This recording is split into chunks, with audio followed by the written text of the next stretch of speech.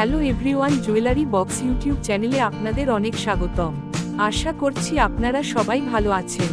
প্রত্যেক দিনের মতো আজকেও আবারও নিয়ে চলে এসেছি আপনাদের জন্য লাইটওয়েটের মধ্যে কিছু মেয়েদের আংটির ইউনিক ডিজাইন।